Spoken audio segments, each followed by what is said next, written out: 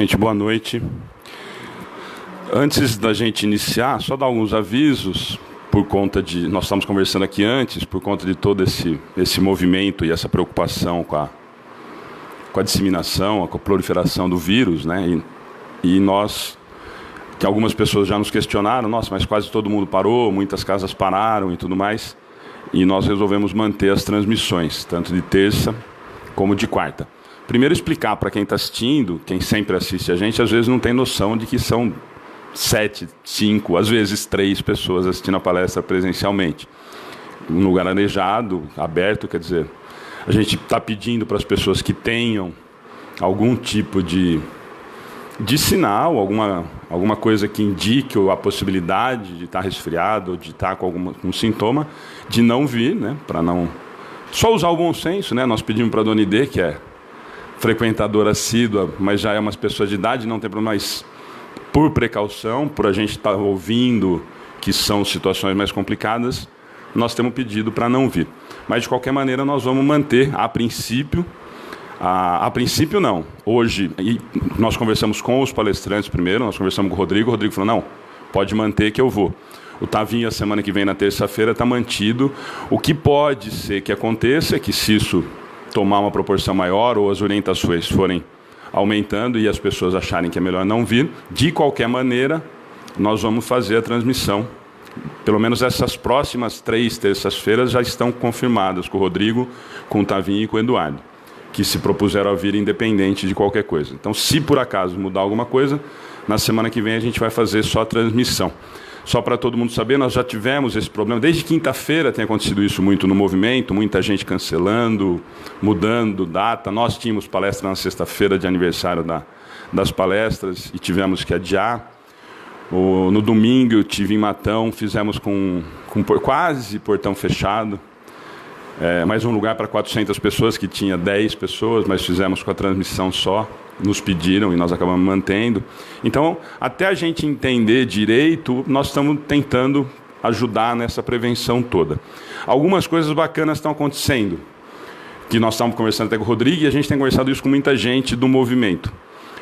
Num momento tão complicado assim, todo mundo fechando as casas, todo mundo fechando as atividades, um momento extremamente delicado e que todo mundo está precisando de apoio, de espiritualidade, de conexão com mais alto. De repente nós vamos ficar, não sabemos quanto, se nós vamos ficar 1 ou 2 semanas, que nem aparentemente todo mundo indicou, ou se nós vamos ficar um mês, quer dizer, então aí nós vamos ficar um mês sem nenhum tipo de atividade em nenhuma casa em relação a palestras, estudos e tudo mais, e acho complicado, né? Quer dizer, por mais que a gente fale, olha, em casa é a mesma coisa, tal, muita gente não está fazendo nada, né? Alguns lugares ainda estão fazendo as transmissões dessa maneira.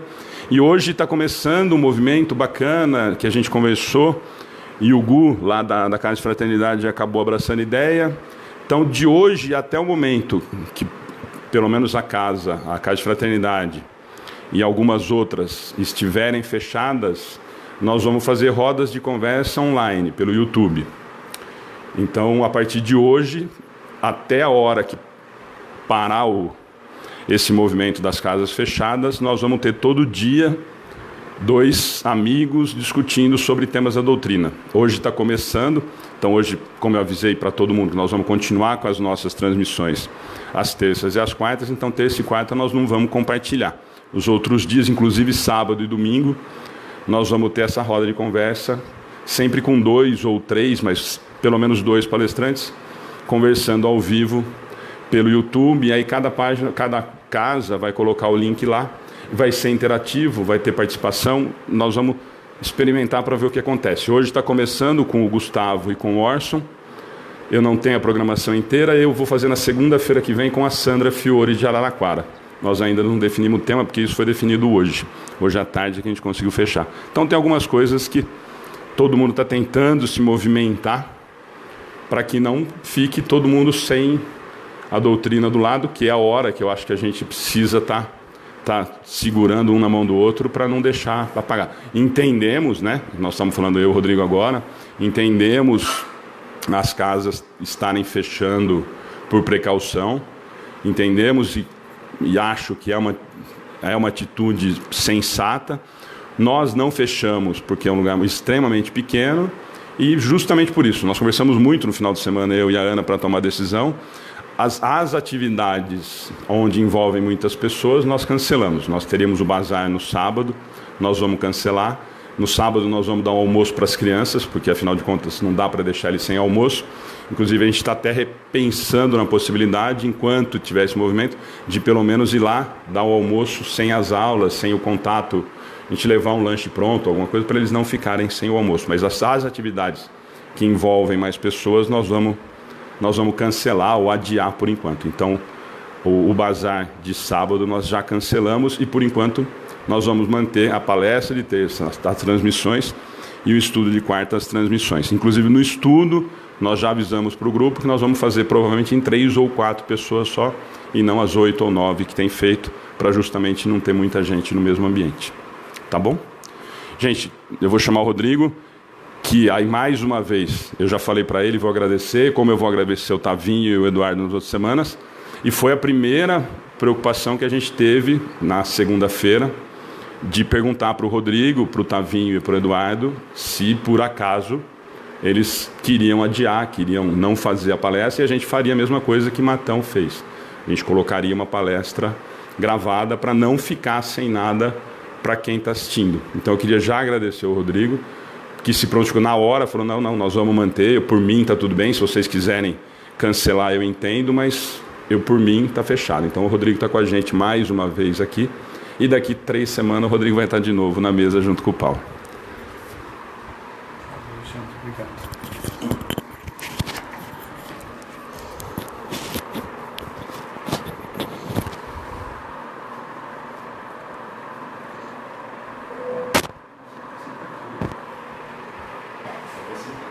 Boa noite, pessoal. Todo mundo bem? Que bom, né? Antes de tudo, vamos a uma prece, antes da gente começar. Peço que a todos que se concentrem e levem o pensamento a Deus e a Jesus. E vamos rogar um pelos outros nesse momento difícil onde o nosso planeta se encontra. Pedir a Deus que nos dê entendimento, compreensão, compaixão, Senhor, para que possamos juntos vencer essa turbulência do planeta e possamos sair desse momento fortalecidos no entendimento que juntos somos mais fortes. Separados, nos enfraquecemos. Que Jesus nos abençoe. Bom, os amigos que nos acompanham pela internet, os aqui da casa também, a gente vai conversar um pouco sobre uma sequência de questões que a gente vai encontrar no Livro dos Espíritos, que é da 907 a 912, para que quiserem usar de referência. O Livro dos Espíritos é repartido, dentro dele ele é repartido em 4 livros. Isso está no livro 3º, capítulo 12º, Perfeição Moral. E está falando de paixão, das paixões humanas, na verdade. E sempre é bom a gente começar fazendo algumas perguntas. E eu conto com vocês, porque quem não responder vai para o umbral. Combinado? A paixão, as paixões em si, toda paixão humana, a gente está imaginando agora, ela é boa ou é ruim? Baiana, você primeiro. A resposta é depende, né? A gente vai conversar muito sobre isso, porque o problema, nós vamos ver que as paixões é algo inato em nós. Nós somos apaixonados por algo, por alguma coisa. E isso deveria ser utilizado por nós, ou deverá ser utilizado por nós, para somente fazer coisas boas.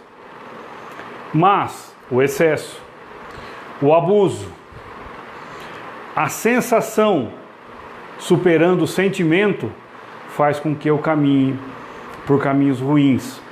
Faz com que as paixões que eu sinto não sejam produtivas para mim mesmo. Alguns exemplos, e é importante que a gente ilustrar para que fique claro o que nós somos capazes de fazer quando direcionamos a nossa paixão para uma coisa boa ou para uma coisa ruim. Pega, por exemplo, vamos pegar Santos Dumont, um apaixonado que era pela aviação. Olha só o que ele criou para a gente. Um avião. um meio de locomoção mais rápido, que nos liga a vários lugares. O uso excelente da paixão. Aí viemos nós, na sequência, no abuso dela, e achamos no direito de que nós podíamos usar o avião para tirar a vida do outro, para soltar bomba. Então, a paixão é má por si só? É isso que a gente vai tratar na sequência. Não. Depende do uso que eu vou dar nela. Eu estar apaixonado por alguém é bom? Eu sei que eu, Alexandre, Ana, já nem lembro mais direito como é que é esse negócio, mas os mais jovens sabem, né, Dalila? Como é bom estar apaixonado, né? Falando sério agora, a paixão, ela é muito bom, não é? A paixão, é que eles não estão vendo a cara da Dalila aqui, Alexandre, na internet. É que a paixão, ela é muito gostosa. Quem de nós não se apaixonou? Não gostou? Muito bom. A partir dali a gente criou sonhos, criou família, realizou muita coisa através daquela paixão lá do início. Mas se eu usar essa paixão para achar que eu posso controlar como a outra pessoa pensa, age, o que ela veste, onde ela deve ir, não é bom. Então a paixão por si só é neutra. Vai depender do uso que eu vou apresentar ou que eu vou aplicar nela. Dado essa primeira introdução, nós vamos à questão 907. Kardec vai perguntar exatamente isso. Visto que o princípio das paixões está na natureza, é nosso, é inato, ele é mau em si mesmo? E eles vão responder, não. A paixão está no excesso acrescentado à vontade. Porque o princípio foi dado ao homem para o bem. As paixões podem levá-lo a grandes coisas, como nós vimos dizendo, sendo o abuso que dela se faz, causa o mal. Então, deixando claro que bom que nos apaixonemos pelo nosso trabalho, pelo um hobby que seja produtivo, que eu me apaixone por ajudar o outro, mas o excesso disso pode causar mal para ele e mal para mim. Muito bem, dito isso, pode surgir algumas dúvidas. Como é que eu sei a hora que isso é bom ou a hora que isso está me fazendo mal? E eu vou à questão, e a primeira parte da resposta, que tanto a pergunta quanto a resposta é muito boa. Como definir o limite em que as paixões deixam de ser boas ou más? E a resposta é: as paixões são como um cavalo, que é útil quando está dominado e que é perigoso quando ele te domina. E esse exemplo do cavalo, ele é muito claro. As paixões passam a ser mal ou más quando eu não tenho mais o controle dela. Vamos dar alguns exemplos de vícios morais e vícios físicos, e aqui sem nenhuma hipocrisia ou querer apontar dedo para ninguém. E espírita não fala mal da vida do outro, falando, ele faz uma avaliação, ele avalia.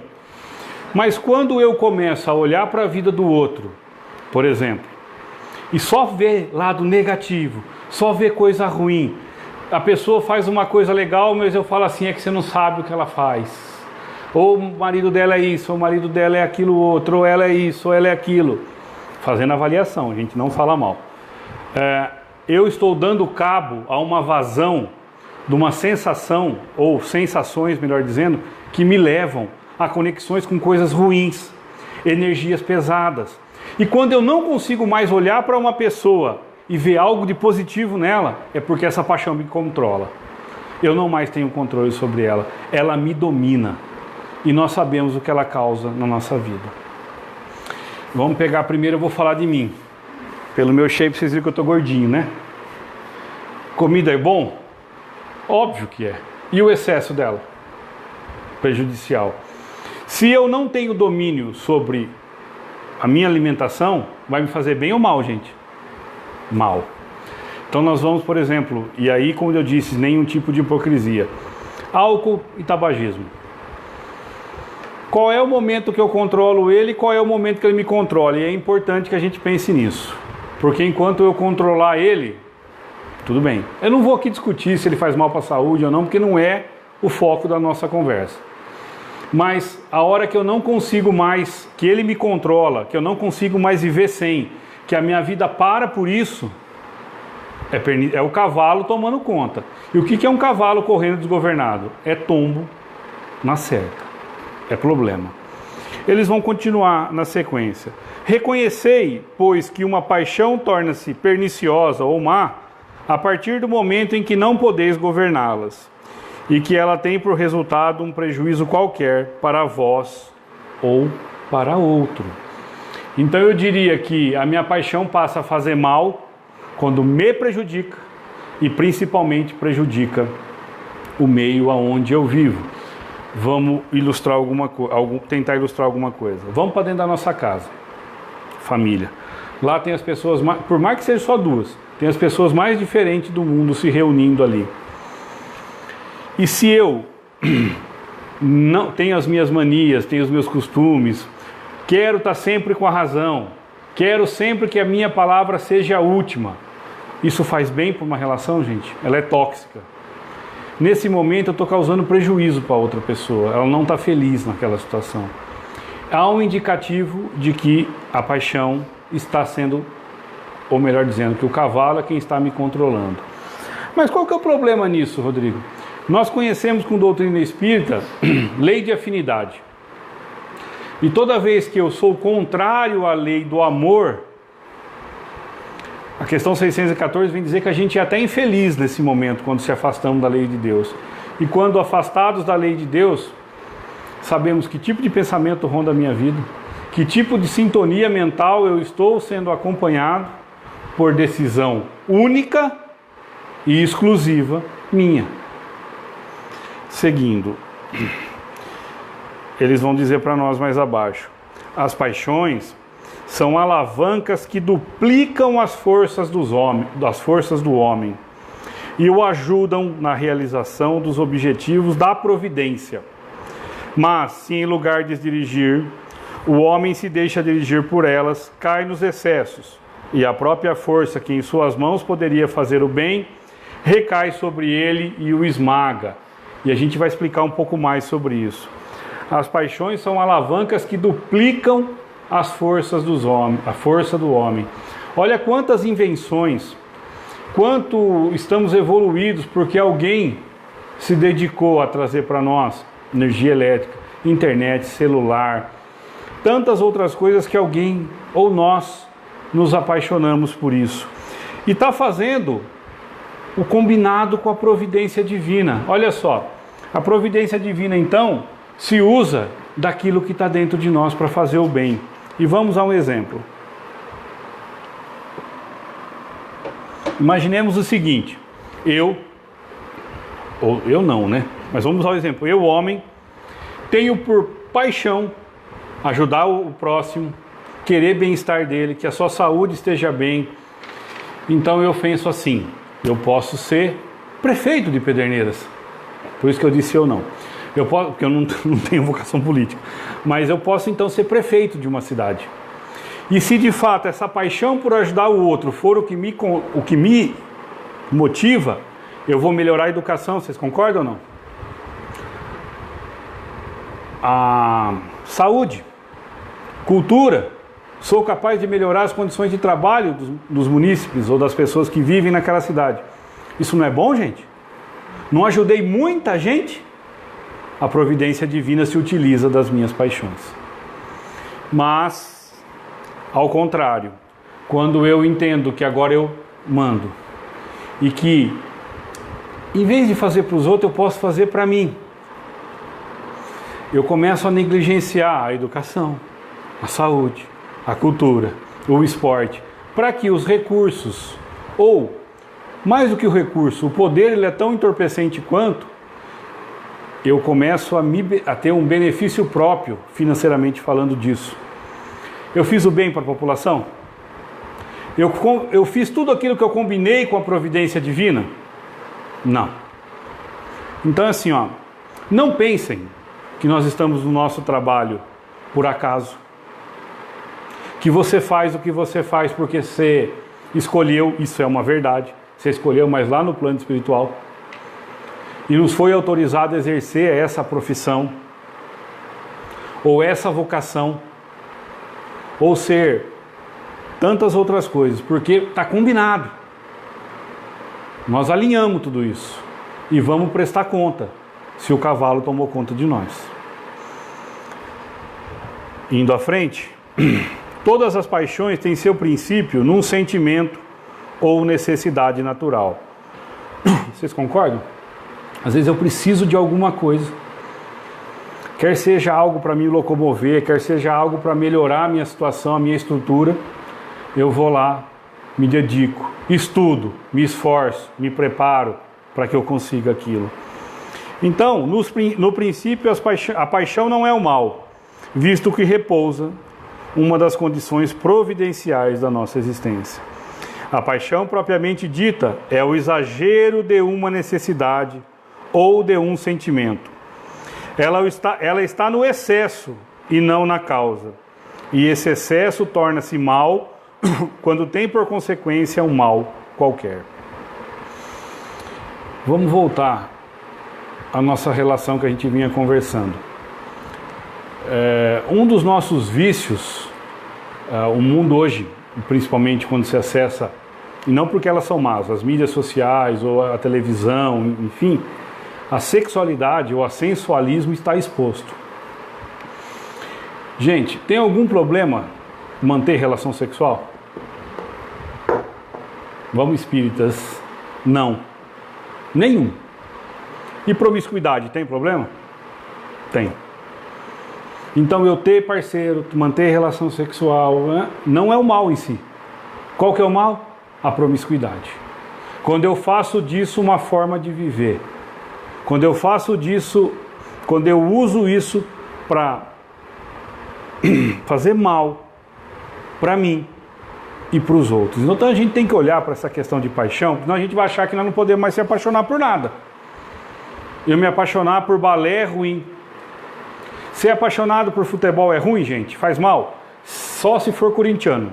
Se não for, não faz mal. Nenhum mal. Eu gostar de assistir um futebol, de uma novela, mas se eu assisto o futebol e uso daquilo ou daquele meio para ser violento, para achar que lá eu tudo posso, eu estou deixando que as minhas sensações gritem dentro de mim. E tudo que é sensação nos aproxima da matéria. E tudo que nos aproxima da matéria, por consequência, nos afasta do Espírito, nos afasta de Deus. Então eu devo me apaixonar. É inato meu, mas eu preciso aprender até onde eu posso ir com isso.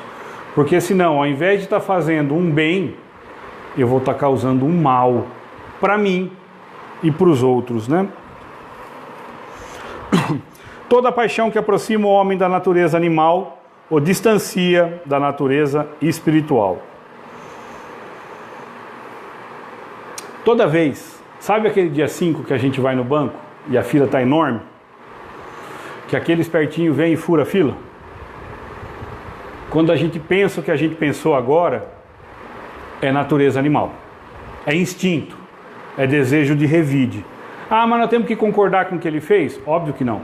O errado é errado. Concordar com o erro é ser conivente. Mas eu preciso aprender a não revidar. Eu preciso pensar assim: eu já entendi que eu não devo fazer isso.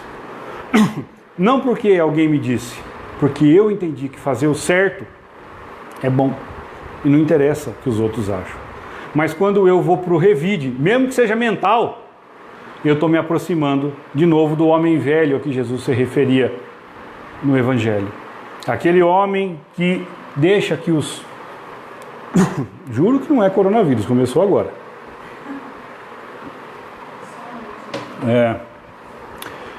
Se aproxima de novo então do animal, né? E se afasta da lei de Deus. Todo sentimento que eleva o homem acima da natureza animal anuncia a predominância do espírito sobre a matéria e o aproxima da perfeição. Então nós vamos treinar. A próxima vez que a gente estiver na fila e aquele espertinho ou espertinha furar, a gente vai continuar não concordando, mas vai dizer assim: vai em paz, instrumento da minha evolução. Estou brincando. Mas é não revidar. É tentar entender por que ele está fazendo aquilo. Eu estou usando esse exemplo lúdico, como a gente pode pensar em todos os exemplos. E toda vez que nós renunciamos ao revide, eu me aproximo do Espírito.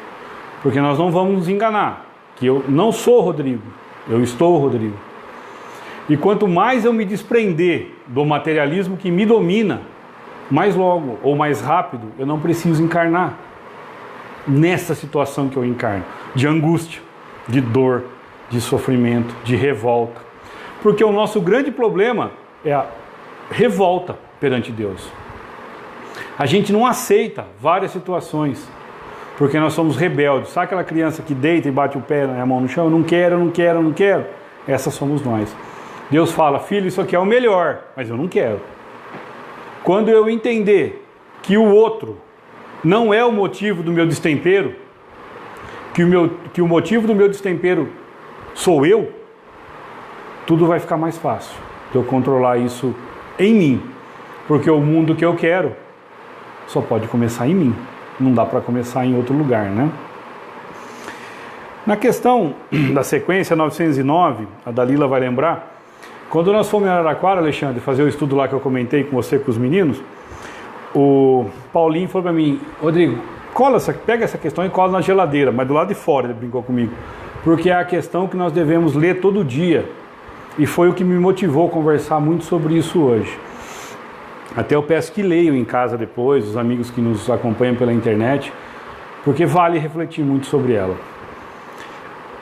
Questão 909. O homem poderia vencer sempre suas más tendências pelos seus esforços? A pergunta é, por pior que seja a minha má tendência, por pior que seja o meu vício, por pior que sejam as minhas más paixões, eu posso vencer através do meu esforço? Eles respondem assim, sim, vírgula, e, vírgula, algumas vezes por fracos esforços. Fracos esforços. É a vontade que lhe falta. Quão pouco dentre vós fazem esforços. Vamos ver se isso é verdade? Eu vou me usar de exemplo primeiro, depois vou usar um exemplo do movimento espírita. Eu preciso emagrecer, como eu já disse. Fui ao médico, ele me deu 2 remédios, mandou eu não comer mais nada do que eu queria e mandou eu caminhar todo dia cedo. Por enquanto eu estou tomando remédio. O que isso quer dizer? Eu quero. Você não quer emagrecer, Rodrigo? Eu quero. Mas o que você está fazendo efetivamente para que você emagreça? Eu quero não ser mais orgulhoso. O que você está fazendo efetivamente para não ser mais orgulhoso? Como é que você está construindo dentro de você essa situação? Porque dizer que eu quero é fácil, mas executar aqui dentro é muito complicado. E eles falam por fracos esforços. O que nos falta é a vontade. Então vocês pegam, por exemplo, o exemplo que eu dei. Eu quero, mas e a parte que me cabe? Eu só faço a parte fácil. Ai, Senhor, me dai paciência. Essa é a parte fácil, não é? No outro dia cedo, ele vai falar assim, então tá bom, você quer paciência? Vamos lá. Só que paciência não compra em farmácia. Como é que eu adquiro paciência? Pessoas ou situações que vão elevar o meu nível de resignação, que vão levar o meu nível de aceitação do outro. E aí a gente fala assim, meu Deus, que mulher chata, eu não aguento mais. Vou embora. Mas você não queria paciência? Queria, Senhor, mas não dá para trazer pronta? Não tem. Na casa do Pai, só tem mérito quem trabalha e prospera para isso. Aí eu falo assim, eu quero ser menos orgulhoso. O que é o contraponto do orgulho? Amor, você pega mais água para mim? Não é a humildade? E como é que eu me torno um ser mais humilde? E lembrando que humilde é aquele que não se acha superior ao outro. Isso é difícil para nós, fala a verdade. Nós não gostamos de perder para o ímpar, quanto mais perder a razão. E aí, Senhor, eu quero ser mais humilde. E aí a vida vai me apresentar de novo situações que maceram o meu orgulho, que fazem com que eu entenda que eu dependo do outro, que é por achar, mesmo eu achando que eu sou super-herói, eu não sou. Eu preciso de ajuda, eu preciso de companheirismo. Percebam que de verdade, por fracos esforços, eu conseguiria melhorar a minha vida. Temos Evangelho, temos doutrina espírita que nos dão caminhar reto do que fazer e melhor do que não fazer, de respeito, de amor, de compaixão. E eu continuo escolhendo só falar. Então, de fato, essa questão funciona. É possível vencer minhas más inclinações? Sim, e por fraquíssimos esforços. Baste que eu me discipline, que eu saiba o que é bom. Vamos criar um exemplo da matéria. Eu quero passar no vestibular da Unesp para medicina, mas eu não saio do Instagram, do Facebook, sei lá mais o que eu estou ficando atrasado nesses assuntos todos. Assisto todas as séries da Netflix e vou estudar às 6 horas da tarde. Vou entrar? Não, não vou entrar. Eu queria muito ter um carro melhor, só que eu não economizo 1 centavo. Vai ser possível? Não. O que eles estão falando, gente, não é só na questão moral. Na questão material também nós somos indisciplinados. E na questão moral, então, nem se discute. É por isso que nós estamos aqui, depois de 2000 e tarará ano que Jesus nos explicou que há muitas moradas na casa do meu Pai, e que eu estou lá te esperando. Na linguagem de hoje, foi isso que ele disse para nós.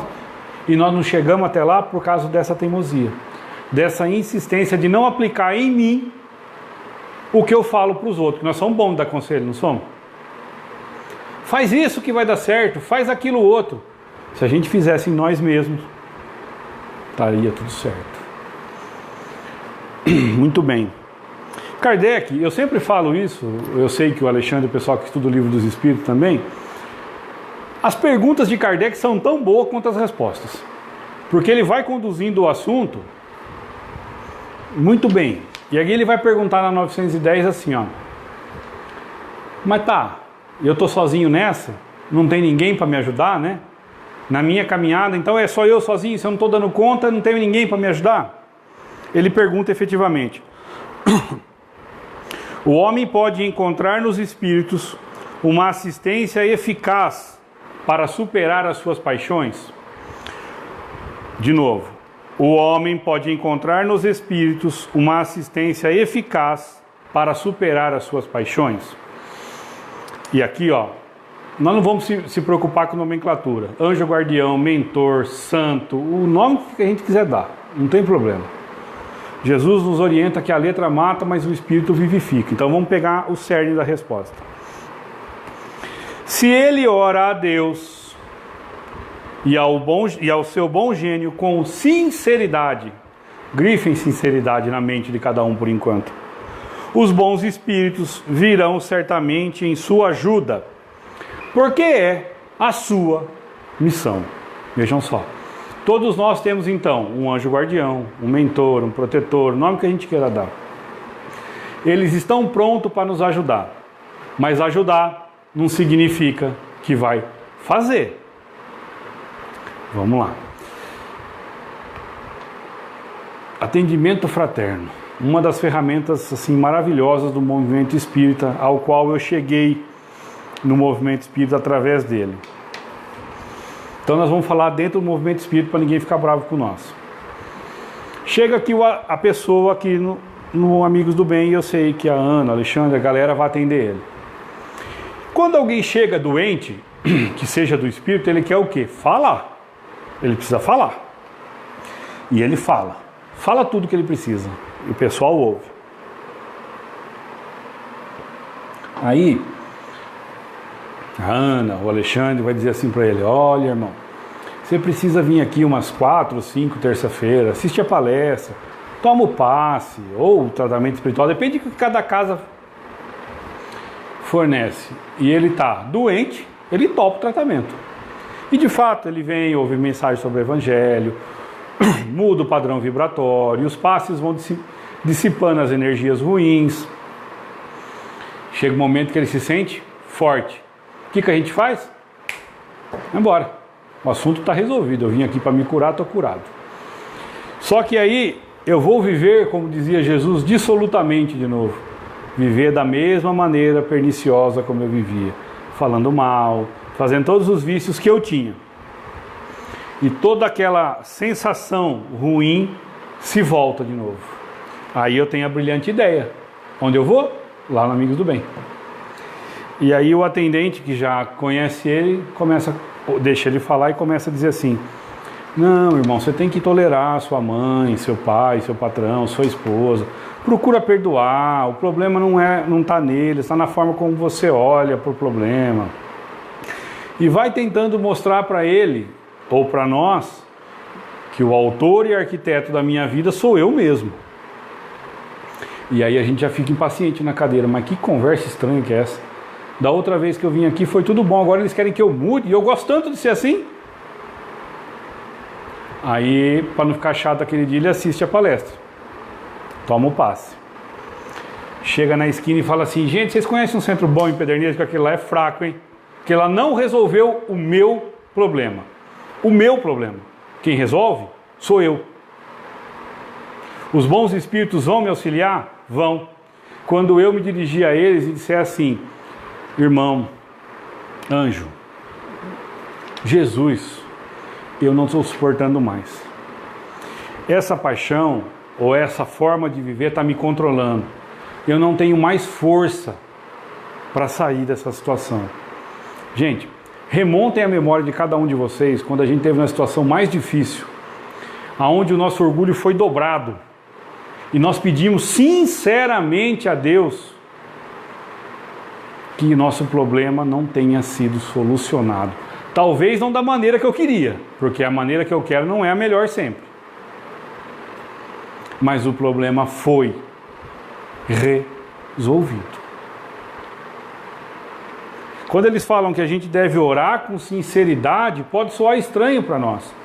Nossa, mas eu oro com sinceridade, Rodrigo. Será mesmo? Vamos ver se é verdade. Sempre eu oro com sinceridade. Sabe quando eu quero uma coisa? Pode ser material. Eu queria muito, mas muito mesmo. Não fiz nada, mas eu queria. E aí o meu vizinho, aquele que eu não gosto muito, consegue a mesma coisa. Vocês sabem como é que foi a conversa com Deus naquela noite?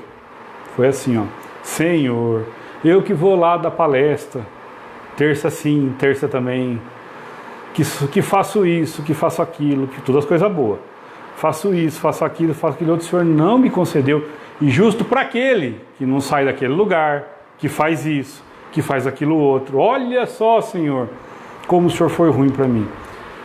Eles nos orientam que quando a gente falta com a humildade no relacionamento com Deus e com os Espíritos, nós estamos à deriva. E sabem o que é a deriva? É sem saída. Vai dar complicação.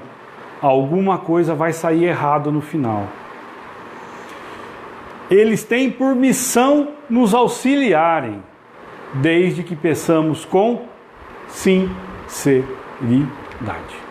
Percebam que o ajuda-te, que o céu te ajudará, presente em todo momento. Então, a boa notícia é: nós não estamos sozinhos. Nós estamos amparados, e muito bem amparados. Mas basta que eu tenha os famosos ouvidos de ouvir.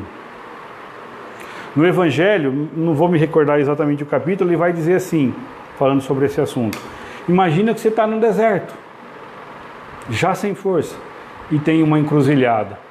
Aí você ora, o seu mentor não vai falar assim: vai para a direita, que daqui 1 quilômetro tem água. Mas ele vai ter uma sugestão mental na sua cabeça. Talvez seja a direita. Sabe aquela coisa que a gente fala assim: pressentir que é melhor ir para a direita? É o nosso mentor falando com a gente. Então, quando eu vou tomar uma atitude que pode ser prejudicial para mim ou para alguém, essa é uma boa reflexão. Para e pensa. Mas como eu disse que Kardec é muito bom perguntador e nos conhece muito bem, na 911 ele vai questionar assim: mas não tem uma paixão que é muito forte? que eu não vou ser capaz de superar? A gente não diz que a carne é fraca? Eu não aguentei porque a carne é fraca. Kardec vai perguntar assim, ó. Não há paixões tão vivas e irresistíveis que a vontade não tenha poder para superá-las? Mesmo que eu queira de verdade, eu não consigo porque ela é mais forte que eu. E vem a resposta. Há muitas pessoas que dizem, eu quero, mas a vontade não está senão nos lábios. Elas querem, mas estão bem contentes que assim não seja. Eu vou dar um outro exemplo, talvez não caiba agora, mas vocês vão pensar um pouco sobre isso. Eu não quero mais violência no mundo. Eu não desejo mais ver violência no mundo. E aí a gente está em casa, passando por canal, para naquelas lutas e você fica assim, ó. Acerta ele. Acerta. Começa a torcer e a vibrar. Eu não quero mais violência. Da boca para fora. Mas dentro eu ainda sinto aquilo. Eu estou usando exemplos lúdicos para que a gente possa refletir sobre o que eu falo. Porque estão bem contentes que assim não seja. Porque, gente, dá um trabalhão mudar. Dá um trabalhão vir à casa espírita e ouvir que eu tenho que fazer diferente. E em outro tempo religioso e dizer do que você está fazendo não serve mais. O que você fez até agora não resolve mais o seu problema. Um dia eu estava batendo um papo com o Edgar Miguel, todos conhecem, grande amigo, e nós estávamos divagando conversando sobre problemas, aceitação, enfim. Ele me disse assim, Rodrigo, nosso grande problema é que o orgulho nos trouxe até aqui, mas não vai nos tirar daqui. E eu demorei uns 2 meses para entender o que ele quis dizer. Às vezes, eu quero fazer uma coisa só para provar para o Alexandre que eu posso. Ótimo, eu fiz.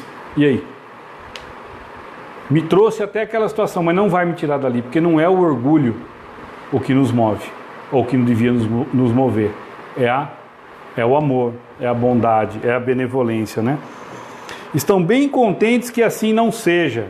Deixa assim, ó, no lábio eu falo o que eu quero, mas na ação eu não mostro o que eu quero.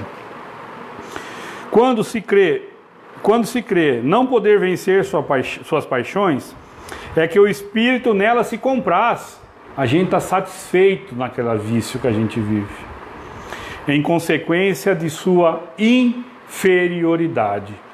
Então, quando eu admitir para mim mesmo que eu não sou capaz de vencer uma paixão, eu estou admitindo que eu ainda sou um ser inferior. Isso é ruim? É ruim e é bom. É ruim porque me faz mal, mas é bom porque eu percebi que algo tem que mudar em mim, né? Aí ele diz assim para aquele que já entendeu. Aquele que procura, olha só, procura reprimi-la. O que é reprimir? É não deixar com que ela exploda. Compreende sua natureza espiritual. As vitórias são para ele um triunfo do espírito sobre a matéria. Então eu sou uma pessoa reclamona, que tenho por hábito reclamar 30 vezes por dia. Só que se eu sei disso e eu estou reprimindo isso, talvez hoje eu vou conseguir reclamar só 25. Parece uma pouquíssima vitória, porque a gente quer o imediatismo. Mas eu estou construindo em mim uma nova forma de ver o mundo. Então, as nossas conquistas têm que ser comemoradas. Como as nossas derrotas têm que ser, derrotas aqui eu estou dizendo morais, óbvio, têm que ser digeridas. E entender que ainda é do mundo das provas e das expiações aonde nós percebemos. Isso não como muleta, mas para entender que isso vai acontecer comigo ainda algumas vezes, né? E por fim, a 912, Kardec vem perguntar assim, ó, qual é o meio eficaz? Como é que eu faço para funcionar? De se combater a predominância da natureza corporal. Como é que eu faço para combater o materialismo em mim? Essa é a pergunta. Como é que eu faço para combater, quando eu digo materialismo, gente, é a nossa forma de pensar, o individualismo, a visão somente para os bens materiais, ou para o desejo insaciado da matéria. Kardec está perguntando assim, como é que eu faço para combater isso? E a resposta é curta, mas daria uma nova palestra. Praticar a abnegação de si mesmo. Como é que eu faço para combater o meu materialismo? Abnego de mim. Pratico a abnegação de mim mesmo. E o que é a abnegação de mim mesmo, se não parar de achar que eu sou o centro do universo, achar que o mundo vira ao meu redor, que se tá bom para mim, para o restante não importa. Abnegar-se de si mesmo é ir até o outro e perceber que ele sofre, que ele chora, que ele tem dor. E muitas vezes o problema dele é muito maior do que o meu. Abnegar-se de si mesmo é conseguir olhar para trás e entender que tem gente que possui muito menos que nós. Muito menos que nós. E às vezes, muito mais feliz do que a gente. Sábado de manhã, eu acordei para ir fazer minha parte, a caminhada. Mas não estava muito feliz em acordar às 6h30, mas fui. E no trajeto voltando para minha casa, tinha um senhor, que com certeza pela vestimenta, assim, você percebia que era um morador de rua, tadinho. E ele estava com um pedaço de pão na mão e uma garrafa de água com leite e chocolate, que algum caridoso deu para ele. Ele olhou para mim assim: bom dia, meu amigo, tudo bem? Eu fiquei com vergonha de mim mesmo naquele horário, naquela hora, porque eu tenho tudo que ele não tem materialmente falando. Tenho várias oportunidades que ele no momento não pode ter, mas ele tinha alguma coisa que não custava dinheiro, que era bom ânimo. A certeza, independente da crença dele, nem sei se ele tem alguma crença, ele tem a certeza de que Deus está no controle da vida dele e que aquilo que está acontecendo para ele é o melhor para ele. E aquilo eu fui para casa bem preocupado comigo mesmo, porque abnegar-se de si mesmo é isso, é deixar que o orgulho e o egoísmo controlem a minha vida. Se eu aprender que o outro precisa de mim, eu vou entender que as minhas dores são menores e que eu posso ajudá-lo a seguir em frente. É claro e certo que a evolução ela é individual. Ninguém vai fazer, eu não vou conseguir fazer a Dalila evoluir, não vou conseguir a Dalila fazer com que ela mude. Mas, como eu disse, a evolução é individual. Mas vocês sabem aonde ela acontece, essa evolução? No coração do outro. Porque é construindo no coração do outro o bem, o amor, o respeito, a compaixão, que eu me torno uma pessoa melhor. É relegando os meus momentos de prazer, de supérfluo, e indo ajudar os outros. E ajudar os outros, gente, não é somente comida e roupa. Importantíssimo. Não é possível falar para Deus para quem tem fome e frio. Mas ajudar o outro é quando você vê ele aflito, angustiado, ou prestar um ouvido. Quantas experiências nós que temos esse compromisso de estar fazendo as palestras, de irmãos abordarem a gente ao final e dizer: pô, eu estava pensando bobagem, e desistir da bobagem que eu estava pensando. Às vezes uma mensagem positiva que você coloca na rede social, que a gente fala que é ruim é o uso que nós damos, pode mudar o dia daquela pessoa. Pode fazer com que ela pense diferente. Ninguém sabe o que vai aqui dentro. Ninguém sabe as dores que eu carrego no meu coração. Ninguém sabe as dores e as angústias que eu trago comigo. E abnegar-se de mim mesmo é ouvir o outro. O que está doendo, irmão? Por que você está assim? Eu sei que é complicado fazer isso, porque a gente fala assim: eu tenho tanto problema já. Tem nada. Olha para o problema do outro. Nós vamos descobrir que é nada. O nosso é nada perto do problema dele. E aí, a gente não faz nada disso, porque nós podemos. Temos livre-arbítrio, nós tanto discutimos aqui às terças, né, Alexandre? Tem, posso? Pode. Mas eu devo? Nos é apresentado que a lei do amor é a única que vai nos tirar daqui.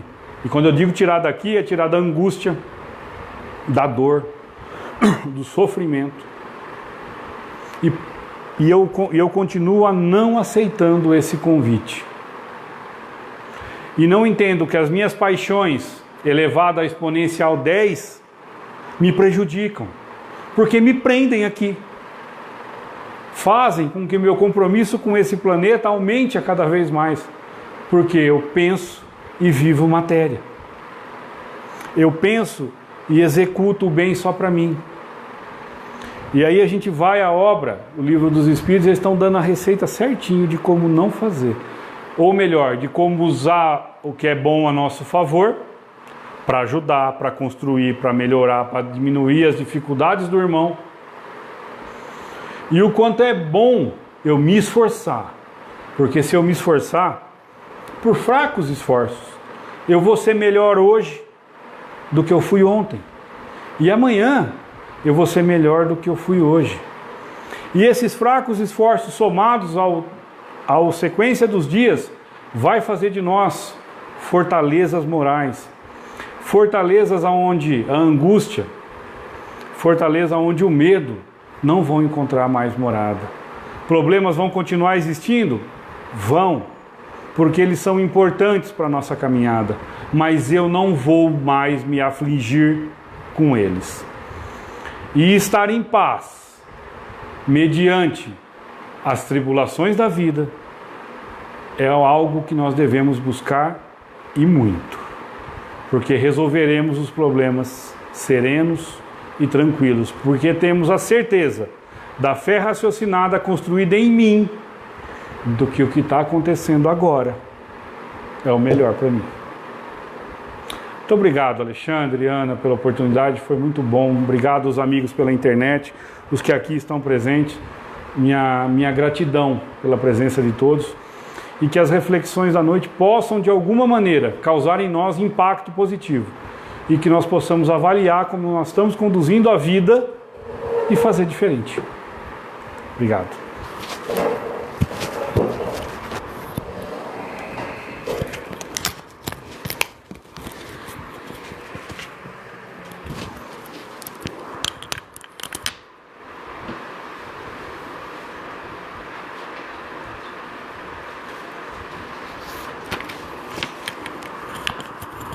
Obrigada, Rodrigo. Nossa gratidão. Sempre. Bom, você já é dessa casa, é da casa. Você é da Lila, já são de casa, né? Então, você estava fazendo a palestra, claro, estava pensando em todo... E como tudo que você falou hoje, principalmente esse finalzinho da palestra, se encaixa com o que a gente está vivendo muito nesse momento de aflição, né? Porque você falou bastante em paixões e que a gente não precisa passar isso sozinho. A gente tem o nosso mentor e temos principalmente Jesus, né? Com a gente o tempo todo.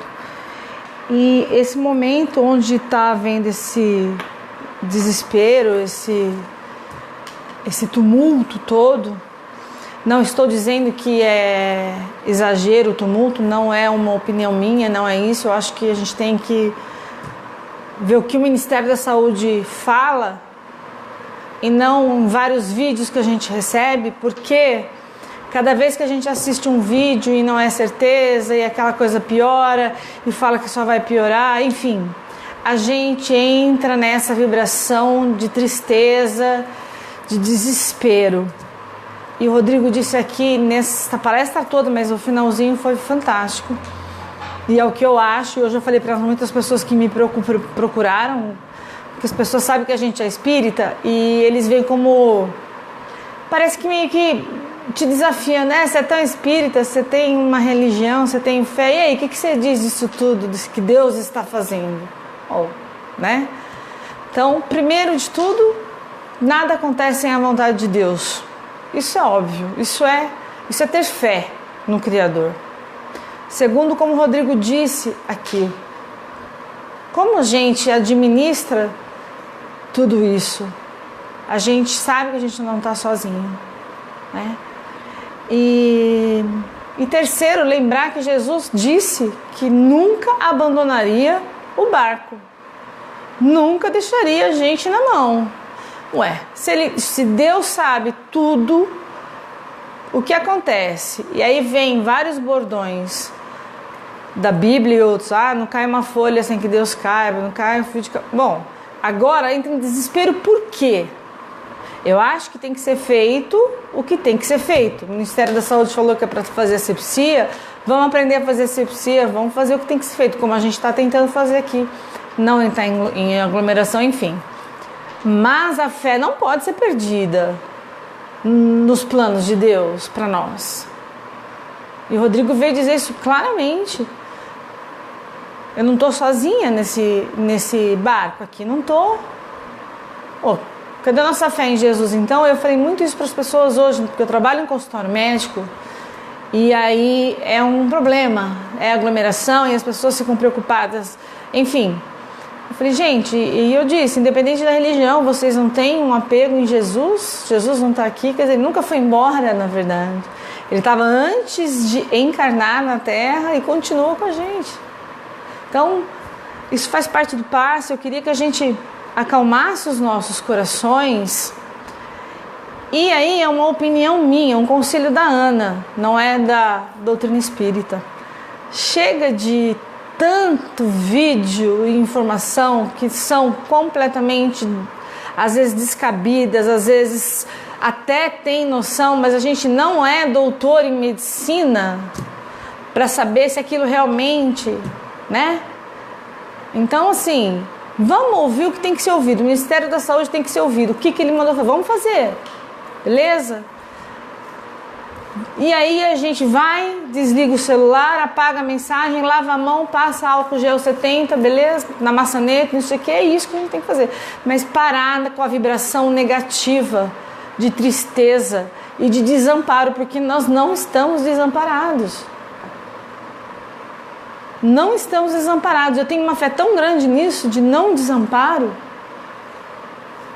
que eu gostaria que vocês todos, agora na hora do passe, e outra, eu acho que toda crise, todo momento crucial, traz coisas muito boas pra gente. Hoje está todo mundo em oração, orando um pelos outros, então vamos não só orar pelos nossos familiares, ou pela nossa vida, ou pela nossa saúde, mas como pela saúde do outro. Daquele que mora na rua, que não tem água com sabão toda hora, não tem álcool gel lá pra ele, não tem, ele está exposto.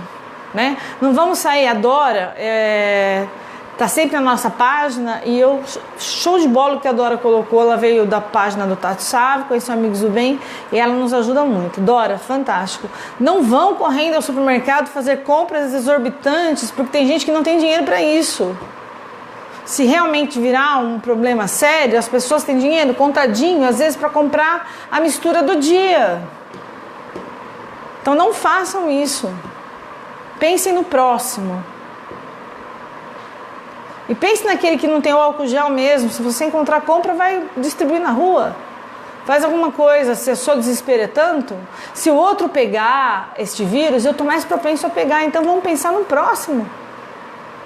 Né? Não só em mim. Não, eu me tranco em casa e tudo bem, eu esqueço. É só um desabafo, porque a gente ouve tanta coisa, tanta coisa. Então eu queria convidar todos que estão aqui, encarnados e desencarnados, que eu sei que são bastantes também, aos nossos amigos da internet, as pessoas que estão angustiadas com os seus problemas pessoais, mas com esse problema generalizado que hoje se encontra, e eu entendo, que confiemos em Deus. Então vamos fechar os nossos olhos e se conectar com o Pai. Primeiro, primeiro, gratidão pela vida, pela oportunidade de estarmos aqui, a oportunidade de nos melhorarmos, os nossos vícios morais, os nossos vícios espirituais, as nossas dificuldades. Gratidão ao Pai, porque Ele me criou, Ele sabia o que eu ia passar e Ele me deu essa oportunidade. Gratidão a Jesus, nosso mestre, nosso irmão mais velho. Jesus é o cara que já aprendeu, já passou por várias coisas e aprendeu que é só matéria e que a gente vai passar por isso. E vamos passar muito bem. Mas vamos ficar em sintonia com Deus, dar a mão para Jesus, sentir Jesus na nossa frente nesse momento, com as mãos estendidas, num passe fluidificando a água que aqui está e a água que as pessoas colocaram em seus lares, fluidificando não só o nosso corpo físico, melhorando as nossas células, nosso sistema imunológico, melhorando nossas dores físicas, mas nos dando bom ânimo, fortalecendo a fé em Deus, a fé no Pai. Nós não fomos feitos para sofrimento, nós somos feitos para entendimento. Então, vamos ter mais fé em Deus e em Jesus. Nos entreguemos nos braços de Jesus, entreguemos a nossa vida, o nosso ser, o nosso corpo físico, o nosso espírito a Ele, que Ele nos ensine, que Ele nos auxilie nessa caminhada e que nos auxilie a auxiliar o próximo, porque nós temos tantas coisas que outras pessoas menos abastadas têm. Então vamos pensar no próximo. Por maior dificuldade que seja, não vamos também bater a porta das pessoas que pedem às vezes um prato de comida. Eu não posso me envolver mais com ninguém porque não, a gente não pode virar as costas. A gente não pode desistir dos empregos da área da saúde porque agora não quero mais, porque agora está perigoso. Não, se a gente está ali é porque era ali que a gente tinha que estar. Então, Jesus nos fortaleça, porque somos tão pequenos ainda, tão egoístas, tão mesquinhos. Nos fortaleça, Senhor. E tende piedade realmente de nós, como seres humanos e como espíritos fracos que ainda somos. Fortaleça o nosso espírito, nosso bom ânimo, nossa boa vontade, nosso amor ao próximo, em saber que aquele lá precisa muito mais do que eu que estou aqui. Em uma palavra, em uma explicação melhor, porque existem pessoas desesperadas e a gente nem sabe o que está acontecendo. Nos auxilie, Pai. Auxilie esse planeta, não só o Brasil, mas o planeta todo, que passa por, eu acho que veio como um ensinamento mesmo, para entender que Deus está sempre no controle das coisas e para fortalecer a nossa fé. E eu peço, Jesus, nosso amigo, nosso mestre, nosso irmão mais velho, que os fluidos aqui que foram depositados em nós, que nós consigamos levar até nossos lares, nas pessoas que lá ficaram ou no ambiente, nas pessoas que estão doentes, nas pessoas que estão aflitas. Peço, Senhor, que os seus mensageiros visitem a cada um nos hospitais, a cada um que está passando por esse problema mais próximo, não no Brasil, talvez aqui, mas na Itália, em outros países, que o desespero está mais forte. Visite a todos, meu Pai, colocando a fé nessa água fluidificada, que coloque o remédio para que fortaleça a nossa fé em Cristo e em Deus que é Pai. Peço desculpas por sermos tão egoístas e tão pequenos ainda. Somos crianças e precisamos muito da sua mão. E sintamos todos nós amparados por Jesus num abraço fraterno sempre, sempre.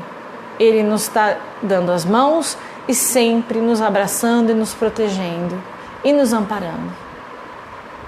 Gratidão sempre a Deus, nosso Pai, a Jesus, nosso Mestre, que está em nossas vidas, está presente nesse planeta, conduzindo da melhor maneira possível o que vai acontecer. Gratidão aos espíritos amigos que aqui se encontram. Que assim seja.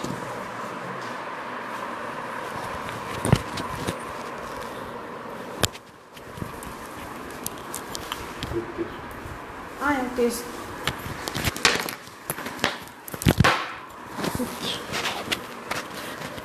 Alexandre Como toda palestra faz um texto, então eu vou ler, tá? Uso e abuso, psicografado por Chico, por Emmanuel. O uso é o bom senso da vida e o metro da caridade. Vida sem abuso, consciência tranquila. Uso é moderação em tudo, abuso é desequilíbrio. O uso exprime alegria, o abuso nasce a dor. Existem abusos de tempo, conhecimento e emoção. Por isso, muitas vezes, o uso chama-se abstenção. O uso cria a reminiscência confortadora, o abuso forja a lembrança infeliz. Saber fazer, significar saber usar. Todos os objetivos ou aparelhos, atitudes ou circunstâncias exigem uso adequado, sem o que surge o erro. Doença é o abuso da saúde. Vício, abuso do hábito. Supérfluo, abuso do necessário. Egoísmo, abuso do direito. Todos os aspectos menos bons da existência constituem abusos. O uso é a lei que constrói. O abuso é a exorbitância que desgasta. Eis porque progredir é usar bem os empréstimos de Deus. Muito obrigada a todos. Boa noite.